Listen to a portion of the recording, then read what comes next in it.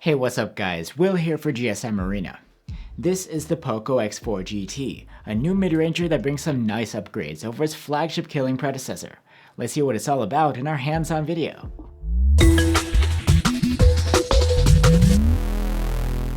The Poco X4 GT brings quite a few changes compared to last year, and the looks are different too. The back is matte this time around rather than mirror-like. The screen is a 6.6-inch IPS LCD with a 1080p resolution. That hasn't changed. But now you get a 144Hz refresh rate instead of 120. This means that movement on screen is that much smoother to the eye. And like the previous model, it can dial down to even lower than 60Hz to save energy, depending on what you're doing. Even though it's not an AMOLED, there is still plenty of contrast on this display. And now you also get 10-bit color and support for Dolby Vision.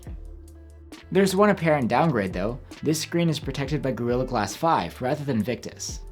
Differences abound here, and in addition to the stereo speaker setup, the X4 GT brings back the headphone jack, which was missing last year. Another upgrade is the chipset. The X4 GT runs on a high-end Mediatek Dimensity 8100.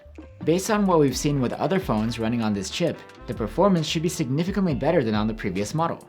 And for thermal management, there's an advanced passive cooling system here too. The phone has a large 5060 mAh battery, almost the same capacity as last year, and hopefully battery life is just as good. The charging should be faster though. You get the same 67-watt fast charger in the box, but the battery is now split in two cells, which charge simultaneously using MMT technology, which should improve the speed.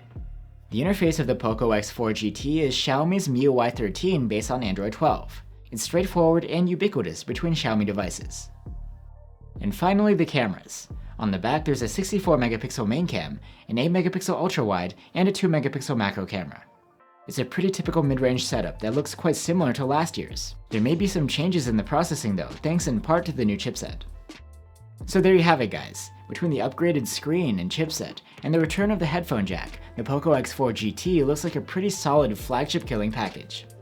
Let us know what you guys think, and I'll see you soon with our full review.